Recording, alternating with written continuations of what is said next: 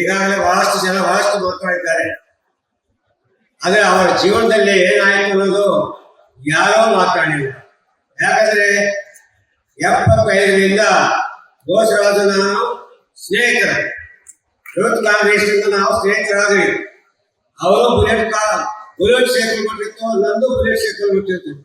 ಈ ತರ ಇಬ್ಬರು ಒಂದಾಗಿ ಯೂತ್ ಕಾಂಗ್ರೆಸ್ ನಲ್ಲಿ ಕೆಲಸ ಮಾಡ್ತಾ ಇದ್ವಿ. ಅದಾದ್ಮೇಲೆ 72ರಲ್ಲಿ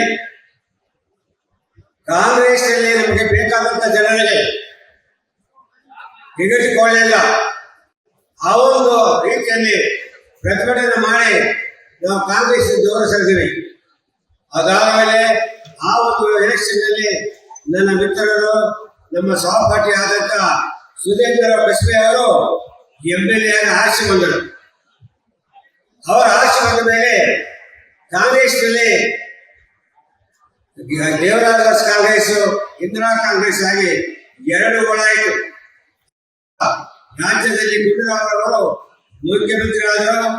ನಮ್ಮ ಸ್ನೇಹಿತರಾದಂತಹ ಸುಧೀಂದ್ರ ಬಸ್ಬೆ ಅವರು ಮಂತ್ರಿ ಆದರು. ಆವಾಗ ನಮಗೆ ಅಧಿಕಾರ ಸಿಗುವಂತ ಅವಶ್ಯಕತೆ ಬಂತು. ಆ ರಂಗಿನಲ್ಲಿ ಅವರು ಜಿಲ್ಲಾಧ್ಯಕ್ಷರಾದರು. NS ಬೋಸರಾಜ್ ಅವರು ಪ್ರಧಾನ ಕಾರ್ಯದರ್ಶಿ ಆದರು. ವಾರಸ್ ಮಸ್ಮಾನ್ ಅವರು ಟ್ರೆಜರರ್ ಆದರು, ಖಜಾಂಚಿ ಆದರು. ನಾನು ನಗರ ಕಾಂಗ್ರೆಸ್ ಅಧ್ಯಕ್ಷರಾದ. ಇಡೀ ಅಖಂಡ ಜಿಲ್ಲೆ ಬೋಸರಾಜ್ ಕೈಯಾಗಿ ಬಂತು.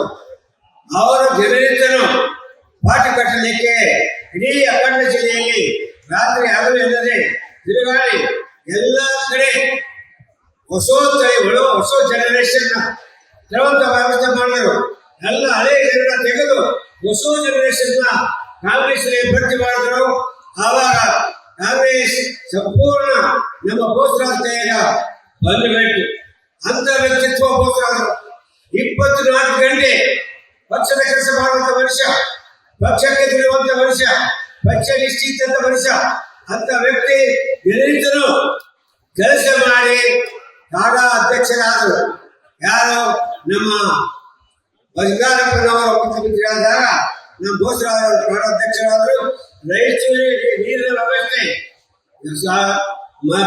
ಸಫರ್ ಬಂತಂದ್ರೆ, ಬೇಸಿಗೆ ಕಾಲ ಬಂತಂದ್ರೆ ರಾಯಚೂರು ನೀರೇ ಇಲ್ಲ ಅಂತ ಅವಸ್ಥೆಯಲ್ಲಿ ಬಂಗಾರಪ್ಪ ಕಾಲುವೆ ತಂದು ಕೆರೆ ಮಾಡಿ ರಾಯಚೂರಿಗೆ ನೀರು ಕೊಡುವಂತ ವ್ಯವಸ್ಥೆ ಮಾಡಿದ ಕೀರ್ತಿ ನಮ್ಮ ಬೋಸರಾಜ್ ಅವರು ಸಲ್ಲಿಸ್ತಾರೆ. ಅಂತ ಉತ್ತಮ ಕೆಲಸ ಮಾಡುವಂತ ಮನುಷ್ಯ. ಅಂತ ರಾಜಕಾರಣ ನಾನು 55 ವರ್ಷದಿಂದ ರಾಜಕೀಯ ಜೀವನದಲ್ಲಿದ್ದೀನಿ.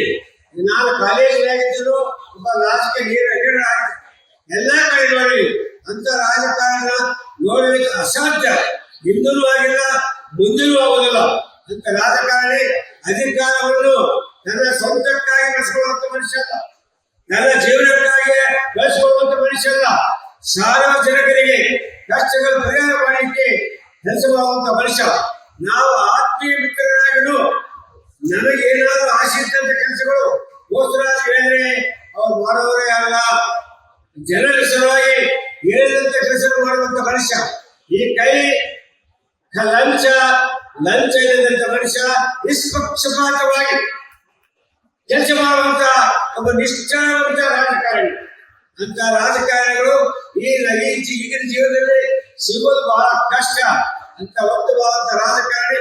ಅವರ ಜೊತೆಗೆ ನಾವು ಬೇರೆ ಪಕ್ಷಕ್ಕಾದರೂ, ನಾನು ಬಿಜೆಪಿ ಸೇರಿದ್ರು, ಅವರ ನಮ್ಮ ಒಡನಾಟ ಪ್ರೀತಿ ಎಂದೂ ಕಡಿಮೆ ಆಗಲಿಲ್ಲ. ನಾನು MLA ಆಗಿದ್ದೆ, ಅವರು MLA ಆಗಿದ್ದರು. ಆ ಕಾಲಕ್ಕ ನಾನು ಬೋಸರಾಜ್ ತಿರುಗಾಡೋದು ನಮ್ಮ ಪಾರ್ಟಿಯವರು ನೋಡಿ, ಪಾಪರೆಡ್ಡಿ ಅವರು ಕಾಂಗ್ರೆಸ್ಗೆ ಹೋಗ್ತಾರೆ, ಪಾಪರೆಡ್ಡಿ ಪಾರ್ಟಿ ಬಿಡ್ತಾರೆ ಅನ್ನೋ ಅಭಾವ ಬಂತು. ಆದರೆ ನಮ್ಮ ಪ್ರೀತಿ ಆಗ ಬೋಸರಾಜ್ ನಾವು ಅಣ್ಣ ತಮ್ಮಂದಿರು ಇದ್ದ ಹಾಗೆ, ಒಂದೇ ಮನೆಯ ಕುಟುಂಬ ಇದ್ದಾಗ ಅಂತ ಉತ್ತಮವಾದಂತ ರಾಜಕಾರಣಿಗೆ ಇವತ್ತು 89ನೇ ವರ್ಷ.